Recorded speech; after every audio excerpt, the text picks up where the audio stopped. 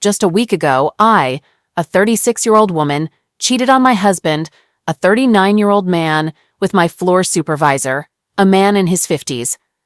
It's painful to admit, but I believe in taking responsibility for my actions. Let me provide some context. My husband and I were supposed to attend a work party together, but our babysitter canceled, leaving my husband to care for our child at home. I made the decision to go to the party alone and ended up spending the night at a hotel with my supervisor. Looking back, I can now see how my behavior was already a sign of the mess I was about to create. There was an odd tension between me and my supervisor ever since he was transferred to the same floor where I work a few months ago. My husband, who works on the floor below, easily picked up on this tension. I reassured my husband that there was nothing to worry about, even though I felt the strange tension myself. I was also deceiving myself, attempting to ignore the growing unease within me. That night, my supervisor swept me off my feet with compliments about my appearance, my choice of attire, and one thing led to another, eventually leading us to a hotel room a few blocks away from the party location. My husband's instincts were not wrong, and I remained there until the early morning. When I returned home, my husband was waiting for me. He inquired about why I was at the X hotel when the party was scheduled at the Y hotel. Regrettably, I had forgotten that we share our locations through a location-sharing app. I couldn't deny it any longer. I had cheated on him, and I had been planning it for weeks, fully aware of the consequences it would have on our family. It wasn't a spontaneous mistake. It was a deliberate choice. And now, I must face the repercussions. Our marriage wasn't perfect, but I had no right to betray his trust in this manner. I've been grappling with low self-esteem and body image concerns ever since I gave birth last year. Shedding the baby weight has proven to be a challenge, and it's made me feel less attractive. I must confess that my husband fits the typical male stereotype and hasn't been very attentive to my struggles. I've been hitting the gym in recent weeks and managed to lose a few pounds, but he hardly seemed to notice. Our bed life has become less exciting and fulfilling, especially since we're both exhausted from looking after our energetic toddler. I understand that none of these factors can excuse my actions, but I believe they provide important context. On that particular night, I let go of my inhibitions because I longed to feel desired, attractive, and sexy again. Knowing that my actions have hurt him and our family deeply fills me with guilt. We've had our share of ups and downs, but I genuinely love him. While I can't undo what I've done, I'm fully committed to making amends. He's willing to grant me a second chance. He's experienced the pain of his parents' divorce and is determined not to let our child become a victim of my actions. He asked me to sever all ties with my supervisor, even if it meant giving up a potential career opportunity. I was torn because the job could have advanced my career, but deep down, I knew he was right. It wasn't just about the job, it was about the promises we made. I needed some time to think it over and eventually decided to prioritize my family over the job. I believe it was the right choice. As much as I want to mend our relationship, I recognize the depth of my husband's pain. I've hurt him profoundly, and my actions have left emotional scars. I'm determined to make things right, but navigating the aftermath is challenging. I can feel his anguish, and it's heart-wrenching to realize the extent of the damage to our relationship. I'm thankful that he's willing to give us a chance through counseling. I'm committed to being the kind of wife he deserves, but I understand that healing will take time and effort. I'm completely aware of the feelings of inadequacy he's dealing with, and I understand his right to feel that way. It's a difficult situation for him, and I deeply regret putting him in this position. I'm here to make amends, but I'm also being realistic. The path to redemption is lengthy, and there's no assurance that things will return to the way they were. Ultimately, it's about what's best for our family, and I'm ready to do whatever it takes to rebuild trust and respect. Thank you for taking the time to read this. I'm sharing not to seek sympathy, but to acknowledge my mistakes and the journey I'm on to make things right. It's a challenging process, but I'm learning every day. A lot has occurred, and I wanted to provide you all with an update on how things have been unfolding. To be honest, the situation has taken an unexpected turn, and I need to share this with you. After my husband and I had that heart-wrenching conversation about my infidelity, I believed we were making progress. We were communicating, attending counseling, and I was genuinely making an effort to demonstrate my remorse. However, things became even more complex. It turns out that my husband went through my call records and discovered that I had been talking to my supervisor for over an hour when I claimed to be at my mother's place. In truth, I was at a mall because I needed privacy for my call. I realize it may sound wrong, but my supervisor was concerned about my professional move to a different floor, and I didn't want my husband to find out about these calls after he explicitly told me not to. So I went to the mall to take the call. This led to me being caught in another lie. I'm still in disbelief that he went through my phone like that. It feels like he doesn't trust me anymore or something. When he confronted me about it, I was taken aback and stumbled through some excuses. However, he wasn't willing to accept it. He packed up our child and left the house. He's currently staying elsewhere, and I'm left here dealing with the mess I've created. Honestly, I've been feeling unheard and neglected ever since he discovered my one-night stand. For the past month, I've been giving him space and tending to his every need, but often he remains distant and emotionally cold. I understand what he's going through, but at times I also need someone to talk to, and my supervisor was there. It's frustrating because I feel like he hasn't even given me a chance. I'm genuinely trying to make amends, and I've been reflecting on my low self-esteem and the issues I've been facing. Doesn't that count for something? I've learned that my husband is staying with his parents, and honestly, I believe he should handle this situation more maturely without resorting to his parents' support as if he were a child. Taking our child with him is unjustifiable. It feels like he's using them against me. I've tried reaching out to him to initiate a conversation, but he's not responding. It's as if he's shutting me out, and I understand I deserve this treatment, but it still hurts. I acknowledge my mistakes, but I just wish we could go back to resolving our problems through communication instead of being in this state. I feel awful about the entire situation. I'm aware that I've deeply hurt him, and the fact that I continued to be dishonest only adds to the pain. Seeing him so upset is challenging, and I wish I had been more transparent from the start. I comprehend why he's so hurt and angry. Trust is delicate, and I've further eroded it. I can't help but ponder my actions and recognize that my attempts to rebuild trust were overshadowed by my lack of honesty. I've come to realize that it's not just about expressing regret, but also about being honest about my actions. I've created a chaotic situation, and I'm ready to face the consequences. Currently, I'm giving my husband the space he requires. It's evident that my behavior has inflicted a great deal of pain, and I want to honor his emotions and boundaries.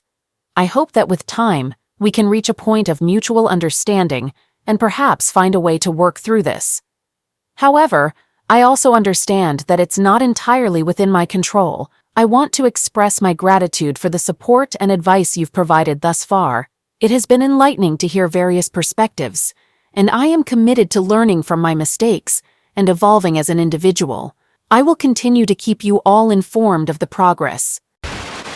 Update.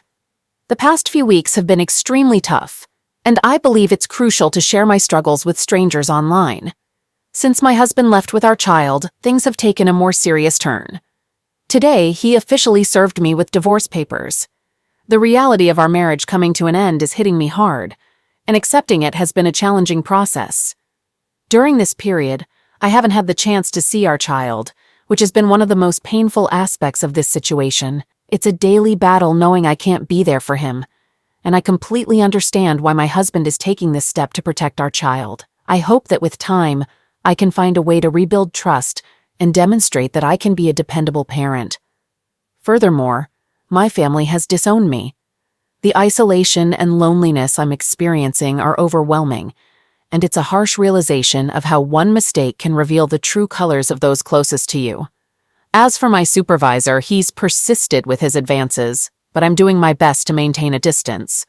I'm aware of the potential rumors and gossip that could circulate at work, and I want to avoid any further complications. It's crucial for me to uphold my professionalism, especially given the current circumstances. However, I sense that the rumor mill is already in motion.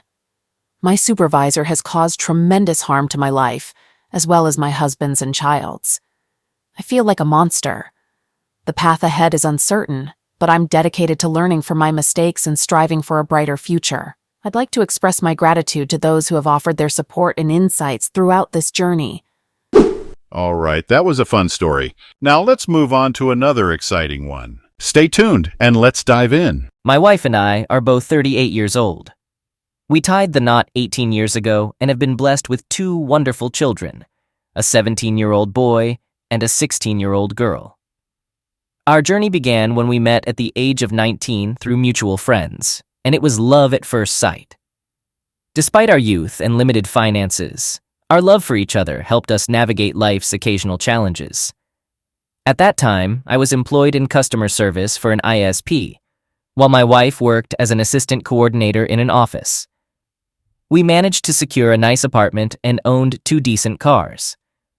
A few months after our wedding, my wife became pregnant with our son. Coincidentally, I received a promotion to a supervisory role in my department, which came with a significant salary increase. Consequently, we made the decision for my wife to transition into the role of a stay-at-home mom once our son arrived. 1 year after our son's birth, our daughter entered the world. 3 years down the line, we purchased a lovely 4-bedroom starter home in a family-friendly neighborhood. Despite the demands of parenthood, we always made an effort to keep the flame alive in our love life. I couldn't have been prouder of my family and my career achievements, and it felt like we were living the American dream. Life was truly good. However, everything took a dramatic turn. My world came crashing down when I received a voicemail message at the office one day from a woman, whom I'll refer to as Mrs. Jones, a pseudonym. In her message, she explained that she was the spouse of a former co-worker of my wife, and that she had something crucial to discuss with me regarding them. Since I wasn't acquainted with this co-worker, I had no inkling about the nature of her call. I promptly returned her call, and she began to divulge news that I knew I wouldn't like. Then she revealed that my wife was involved in an affair with her husband. Mrs. Jones explained that she had just uncovered the affair earlier that week, and her husband had confessed.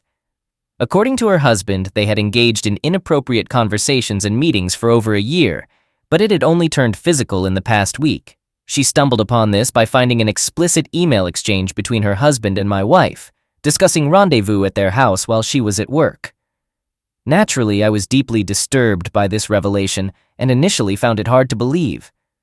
Upon returning home, I was met with my wife in tears, pleading for forgiveness. She was already in full crisis mode, clearly informed by her lover that their secret affair had been exposed, and his wife had spoken to me.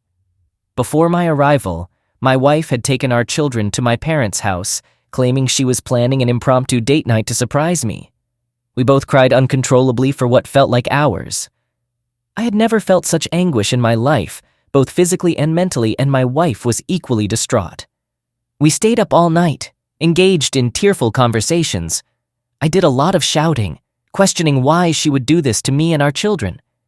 Throughout this emotional turmoil, my wife continuously implored me not to leave her, professing her deep love and profound regret.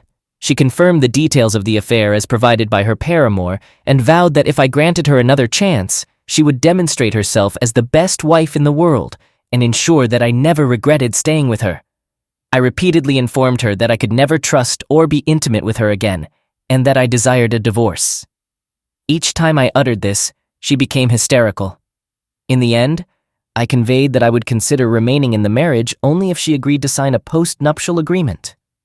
I had read a story some time ago about a man who had implemented such an agreement with his unfaithful wife. I couldn't help but remember that story and the sympathy I had felt for the man and his children. And now I found myself in his shoes.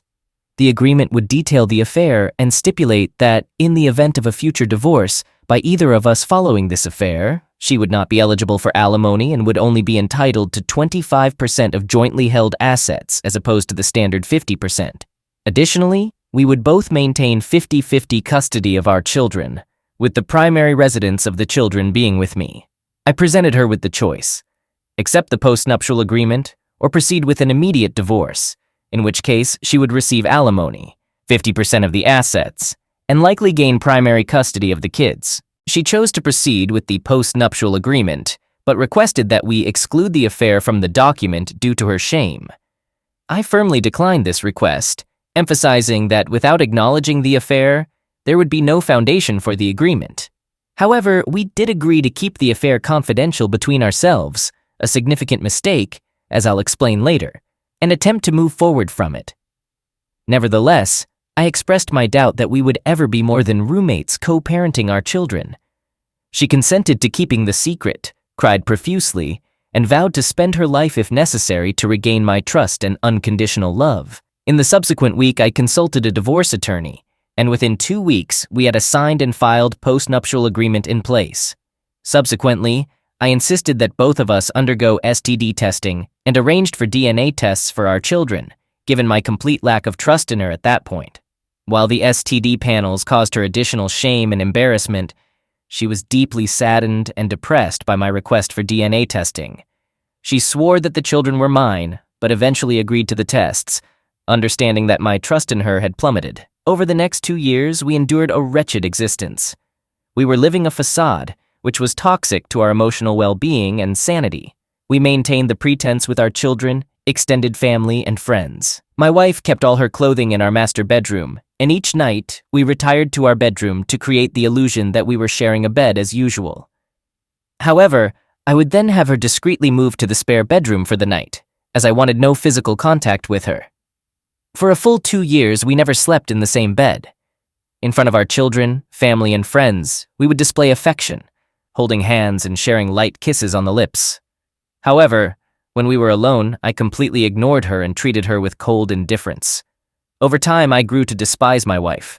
Her presence repelled me, but despite this, she remained relentless in her efforts to win back my love. I, on the other hand, remained emotionally distant and unresponsive. I insisted that she find a part-time job that allowed her to work while our children were at school. Our daily routine involved all of us leaving the house at approximately the same time. After her workday, she would pick up the kids, return home, and prepare dinner.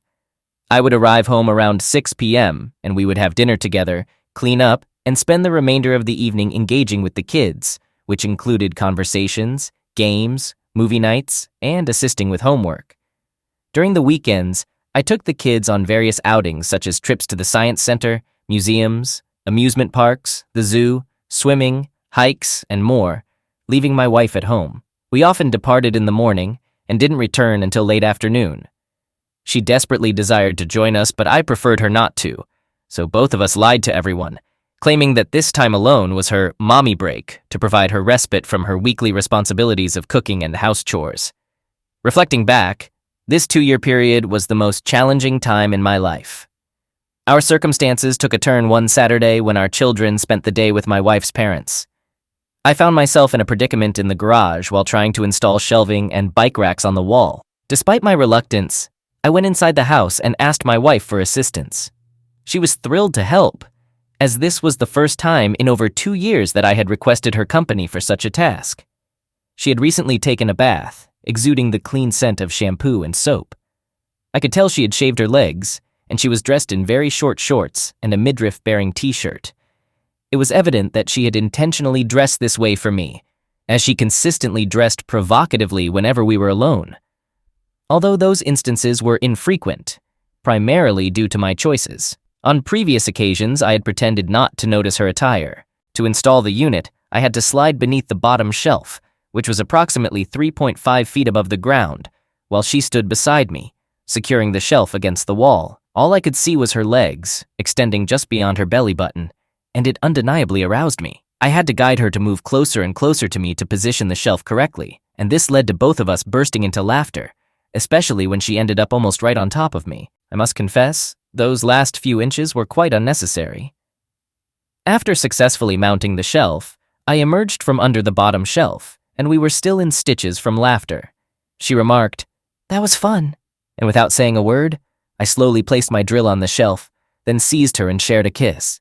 She smiled, and I took her hand, leading her up to our bedroom, where we spent the entire afternoon and evening making love, conversing, cuddling, and showering together. It marked the most incredible session we'd ever had, and one of the most unforgettable days of my life. This day marked the beginning of our second marriage, and it has been 11 years filled with love, happiness, and bliss since that moment. I couldn't have asked for a better wife and mother. Immediately following the affair, I used to obsessively think about it every waking minute, but now I can go months without it crossing my mind. We haven't discussed the affair in years, and I stopped bringing it up to her since that magical Saturday, as I felt we had left that dark time behind us. We had the perfect married life until... Update: the return of Mrs. Tones. Once again, my world was turned upside down earlier today. It's Saturday morning on September 3rd, 2022, and I was shopping at a large home improvement store. A woman approached me and mentioned my name. I confirmed it, and she proceeded to introduce herself with her first and last name. Her face and name didn't ring a bell, but her voice sounded vaguely familiar, though I couldn't quite place it. Then she added, "You might remember me by my former last name, Jones." And instantly, I recognized her, even though we had never met in person and had only spoken on the phone that one time. I was taken aback, as I had always assumed she and her husband were around our age. However, she appeared to be much older, possibly in her late 50s. Mrs. Jones mentioned that she recognized me from some of my online photos and inquired about how things had turned out for me. I shared that my wife and I had reconciled and had been happily married ever since. Her facial expression showed surprise. Feeling awkward, the only response I could muster was, "I'm so sorry for my wife's actions." She replied, "Don't apologize, we were married to two demons." Then she proceeded to reveal details that would forever alter my life. She remarked, "You're obviously a much bigger person than me," and continued, "Once I found out he had been having an affair with her every Wednesday morning for 16 months, in our own bed, there was no way I was staying with him." She went on to share, "That man cheated on me on Valentine's Day, my birthday, Christmas Eve, and our anniversary, and then came home to be with me." I was, of course, stunned by this information, but chose to listen. She added, "Karma is a real force, though, as his life has been nothing but turmoil since our divorce." Mrs. Jones revealed that her ex-husband was terminated from his job for conducting the affair during work hours, which she had reported. Following his firing, it was discovered that he, a vice president of sales, had been engaging in commission fraud for over 5 years, submitting false sales data. The company pressed criminal and civil charges against him and sued for restitution totaling over $240,000. Criminal charges were dropped after he promptly paid the requested restitution. The settlement and legal fees depleted a substantial portion of his divorce settlement. She explained that he had relocated to the Orlando, Florida area in an attempt to make a fresh start, but ended up declaring bankruptcy. Mrs. Jones revealed that he had suffered a severe heart attack the previous year, resulting in significant damage to his heart. Consequently, he now had limited mobility, dealt with leg swelling, relied on a cane to walk, and was compelled to retire at the age of 66. He had recently turned 68, which was a 30-year age gap compared to my wife. She commented, "Now he's an isolated, financially struggling elderly man with 2 children who despise him." She emphasized that she had never harbored ill will toward him and had always encouraged their children to maintain a healthy relationship with their father, but unfortunately, they couldn't stand him. Lastly, she mentioned that she had remarried 8 years ago and was currently happier than ever before in her life. We exchanged phone numbers, and she offered to provide me with details about the affair or copies of the emails if I ever wanted them. I expressed my gratitude, wished her well, and we parted ways. By that point, I felt emotionally numb, realizing that my wife had blatantly deceived me. Our entire second marriage had been constructed on a lie. It wasn't a brief affair. Instead, she had led a completely separate life with this individual for 16 months, engaging in intimate relations on days when our parents were looking after our children so she could claim to be busy with household chores and shopping. Rather than feeling sad, I was overwhelmed with disgust, rage, and anger, emotions I had never experienced to such an extent before. This heightened anger deeply concerned me, and I knew I couldn't return home at that moment, uncertain if I could control myself. Instead, I texted my wife, explaining that I would be doing additional shopping and grabbing something from a fast food drive-thru, indicating that I wouldn't be home for lunch. I spent the following 4 hours devising a plan on how to address my wife, outlining the steps I would take, and shared my story here to gather feedback. During this time, my wife reached out to me through phone calls and text messages, simply checking in. I informed her that I was just doing a little shopping and that I'd surprise her when I got home. She seemed somewhat suspicious and concerned, likely because I typically don't shop much, but she replied, "Okay, I love you. See you when you get here." Here's the action plan I devised. Confront my wife this evening, which is Saturday. Move her belongings into the spare bedroom tonight. Inform our children tomorrow. Share the news with our parents on Labor Day. Meet with an attorney on Tuesday to draft an in-house separation agreement. At the end of the 90-day period, I will make a decision among 3 options. 1. Reconciliation. 2. Divorce. Or 3. Extending the evaluation period by another 90 days. Update. I intended to provide an update last month, but a lot has been happening in both my personal and professional life lately. Firstly, on the career front, I received a promotion to Vice President of Customer Service. After working for 5 years at the internet service provider, I transitioned to a customer care manager position at a large privately held industrial company. Over the past 13 years, I've steadily climbed the corporate ladder to reach the top position in the department. My family and my employees are thrilled for me, and I'm proud that my years of hard work have been acknowledged and rewarded. This new role involves both in-state and out-of-state travel, which will serve as a welcome distraction as I navigate the personal challenges that lie ahead in the coming year or so. Now, moving on to the matter at hand, I confronted my wife, and she admitted to everything. She explained that she hadn't disclosed the full story 13 years ago because she believed I would divorce her if I knew the truth. The affair persisted for 16 months. They reconnected while waiting in line at a national coffee house, which she frequented daily. Subsequently, they began meeting there every Wednesday to discuss their workplace. On their 3rd meeting, he invited her to his house to see his new exercise spin bike. She acknowledged that she knew it was wrong and had an idea of what might transpire, but she couldn't resist. She disclosed that their first encounter took place on a sofa in his basement, but afterward, they continued their liaisons in his marital bed. She then admitted that they engaged in everything and did not use protection. Regrettably, I asked for this detail, and my emotional state was shattered beyond repair at this point.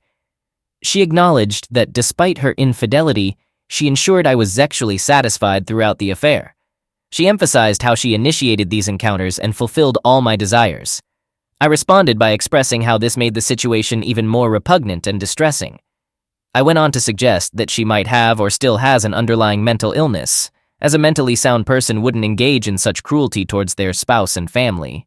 She concurred and wept, confessing that she desperately wanted to end the affair, but couldn't bring herself to do it until it was discovered, which she claimed brought her back to her senses. She asserted that she had only ever loved me and had absolutely no emotional attachment to him. I countered by stating that such a claim was completely unbelievable because it's impossible to engage in a 16-month-long affair without developing strong feelings for the other person. She maintained her denial, crying throughout our conversation, pleading for my forgiveness, and asking me to focus on the wonderful life we've built over the past 11 years. She added, "I always made sure I was a great wife and mom even when I was having the affair."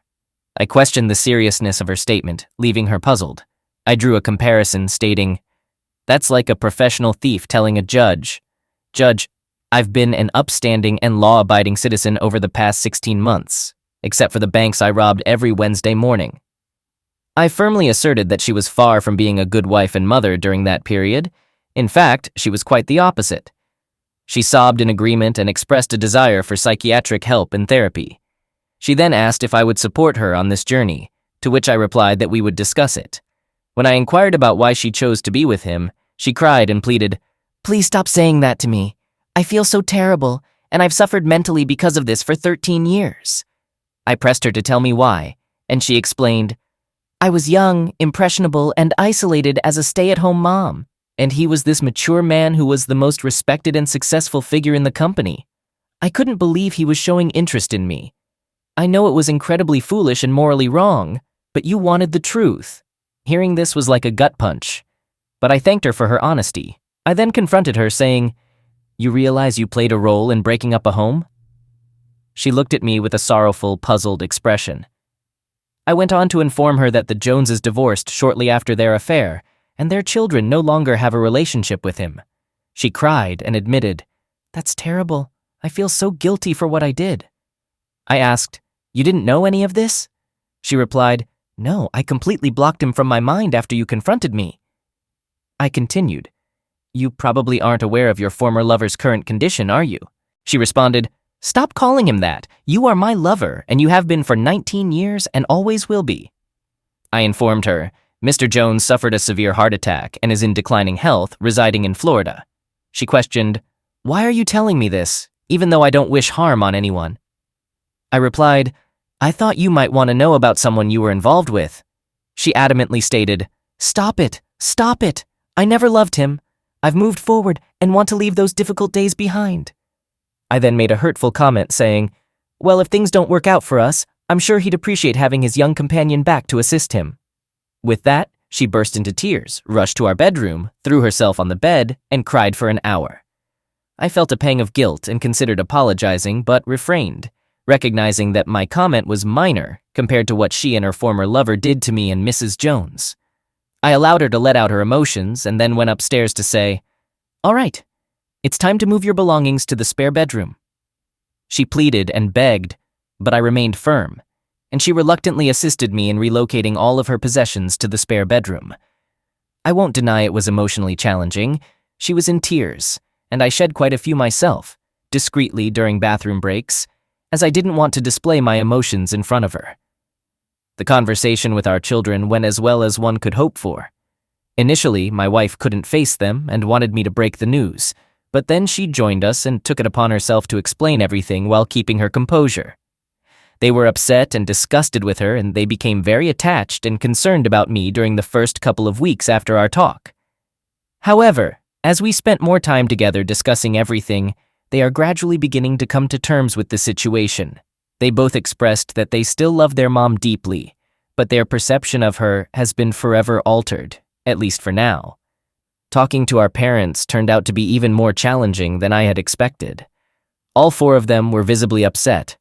Our mothers were crying heavily, which in turn brought tears to our father's eyes, and I found myself breaking down as well. During both meetings, we had to pause multiple times to regain our composure. What deeply affected them was the fact that they had been looking after our children while my wife was involved with someone else. Strangely, both sets of parents carried a sense of guilt about this. They remain upset with my wife, with the exception of my mother, who has softened her stance a bit.